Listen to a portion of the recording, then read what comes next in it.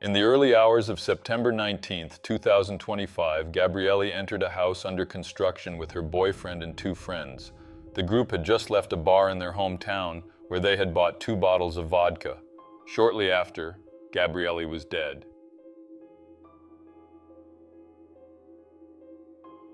Gabrielle Moreira was born in 2009 in a Brazilian town called Pedra Branca. Gabrielle was the eldest daughter of Valberio Moreira, a cowboy, and Maria Lucelia, a seamstress. The couple had 2 other children who, according to sources, were very close to their sister. The family lived in a modest house in the town center. Gabrielle was called Gabi by those closest to her, a loving nickname that would stay with her throughout her life. From a young age, she was drawn to the rural culture of Brazil's northeast, especially local rodeos and horseback events. Encouraged by her father, Gabrielle developed a deep love for horses, often joining him at rodeos and other country gatherings. This connection to her region's rural traditions would shape her life, making her a beloved figure in her community. At 13, Gabrielle stepped into her first local festival, a shy girl with a spark in her eyes. She didn't win, but the crowd noticed her. At 14, she rode proudly as princess of her town's horse parade. At 16, Gabrielle was crowned queen of a traditional harvest festival, and a few months later, queen of her town's biggest annual celebration. On a beautifully adorned white horse, she waved to a crowd that adored her, a young girl who had grown into a symbol of joy and tradition. Beyond her dedication to cultural events, Gabrielle was also focused on building a solid future through her studies. Teachers and classmates praised her as a hardworking and committed student. She dreamed of becoming a model, was represented by Pride Casting, and took part in several local events. On Instagram, where she had nearly 10,000 followers, Gabrielle shared photos of photo shoots, events, and moments with her family, showing the life of a young girl full of ambition and joy. In August 2025, she enrolled in a men's haircutting course at a local barbershop. She even shared photos of her time at the course on Instagram. The owners of the salon described her as determined, focused, and bold. According to sources, Gabrielle had 2 big dreams. First, to open her own hair salon, and second, to give her parents a car and a piece of land so they could have a more comfortable life. But unfortunately, she wouldn't live long enough to see those dreams come true. Now we reach the fateful day. Gabrielle was very happy because she had managed to finish her men's haircutting course, so she decided to go out to celebrate. Around 7 in the evening, Gabrielle went to a bar in the town center with an 18-year-old girl she had met about 3 months earlier and 2 17-year-old teenagers. The identities of the girl and the 2 boys have not been made public. According to some sources, one of the 17-year-olds had been dating Gabrielle for about 2 months. Sources also say they all met through social media. At the bar, the group bought 2 bottles of vodka, which later statements indicated was the only alcohol consumed that night. Around 11 o'clock, they left the bar, walking down the street. Security cameras confirmed that they left the bar around 11 o'clock, walking normally, with no signs of conflict. The teens strolled leisurely, joking, smiling, and drinking vodka. Around midnight, they arrived at a house under construction. The house had no connection to any of them. It didn't belong to family or acquaintances, and was about 1,600 feet from the bar where they had been earlier. The property was isolated, with its entrance blocked by wooden pallets to prevent trespassing. But that night, the pallets had been knocked down, leaving a narrow gap just wide enough for someone to slip through. The group decided to enter the house. By around 12:10 a.m., they were inside the dark, unfinished building. Inside, they drank vodka, and Gabrielle ate a pudding, her last meal.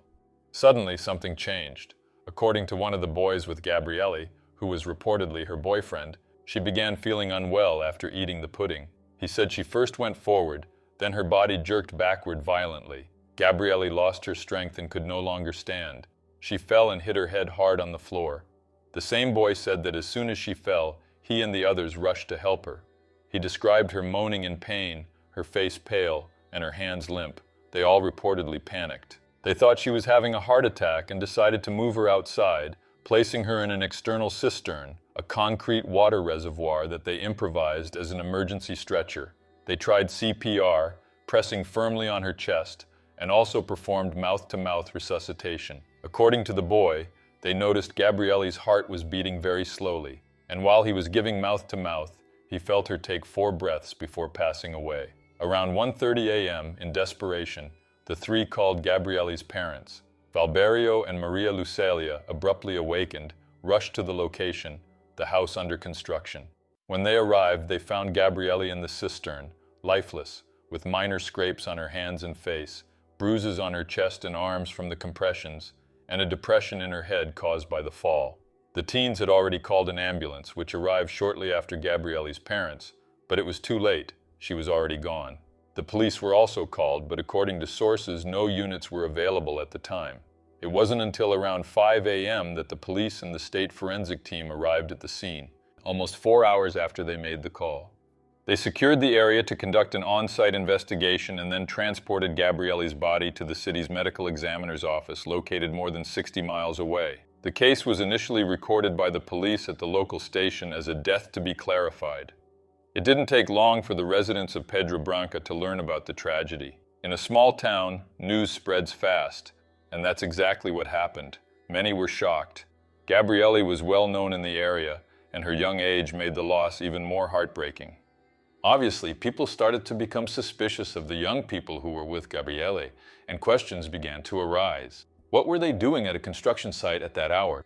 Could Gabrielle have been the victim of a sinister plan orchestrated by them? Was Gabrielle subjected to any form of coercion or assault? These were the most frequently asked questions from people following the case.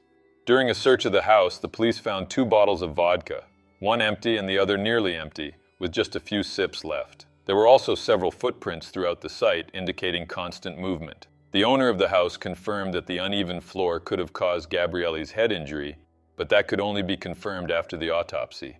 In statements to the police, the 18-year-old girl and the 2 teens with Gabrielle denied using drugs and said Gabrielle hadn't vomited. However, their accounts conflicted, raising suspicions about what really happened in the house.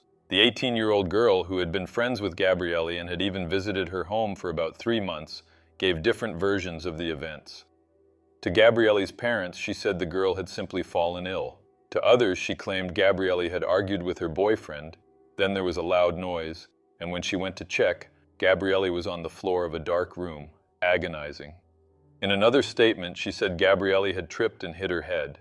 Gabrielle's family was confused by these conflicting accounts.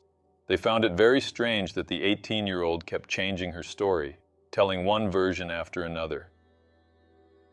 Witnesses at the bar at the same time as the group said Gabrielle left the place walking normally. She didn't appear to be feeling unwell at that moment. All of this, combined with the contradictions in Gabrielle's friends' statements, increased suspicion toward the teens who had been with her.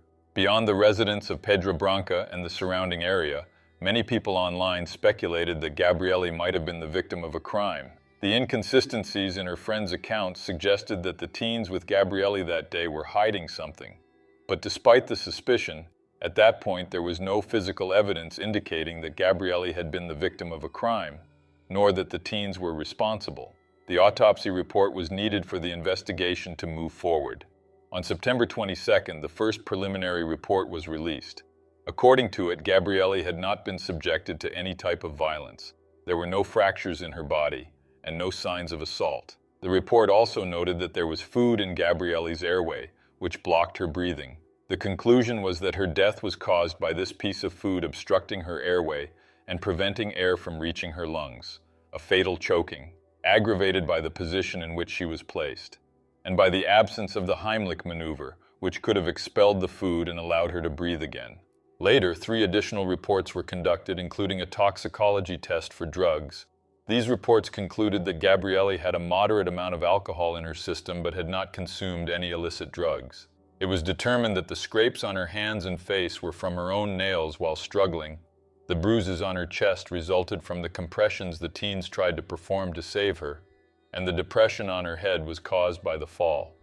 The final conclusion for the cause of death was choking, aggravated by the absence of the Heimlich maneuver. In an interview, Gabrielle's father, Valberio Moreira, said, "They performed CPR thinking she was having a heart attack. If they had pressed her stomach, I believe she might still be with us." It is clear that the teens' lack of knowledge in providing proper aid contributed to the tragedy. However, we cannot blame them for this, because if they had known what to do in that moment, they certainly would have helped Gabrielle without hesitation, just as they tried to do. The only strange detail that remains unexplained is the fact that Gabrielle's friend gave different versions of what happened that night. Aside from that, according to the authorities, the case is officially considered solved. On the morning of September 20th, Gabrielle Moreira's wake was held at her family home. The white coffin, decorated with sunflowers, reflected her youth and the joy she brought to everyone.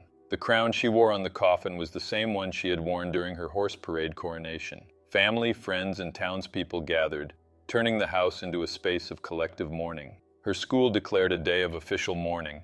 Local riders led a procession of 100 to 200 participants on horseback, passing by important places in Gabrielle's life, while banners reading "Forever Gabby" floated in the wind. At the cemetery, friends and family said their goodbyes, scattering sunflower petals over the coffin. The family stayed until the end, and the community later held an informal vigil in the central square, lighting candles and sharing memories of Gabrielle. So what do you think happened to Gabrielle? A tragic accident or something more sinister? Leave your opinion in the comments. Well, everyone, that's it for today's video. Thank you so much for watching all the way to the end. I'm going to wrap it up here. A big hug, and until next time.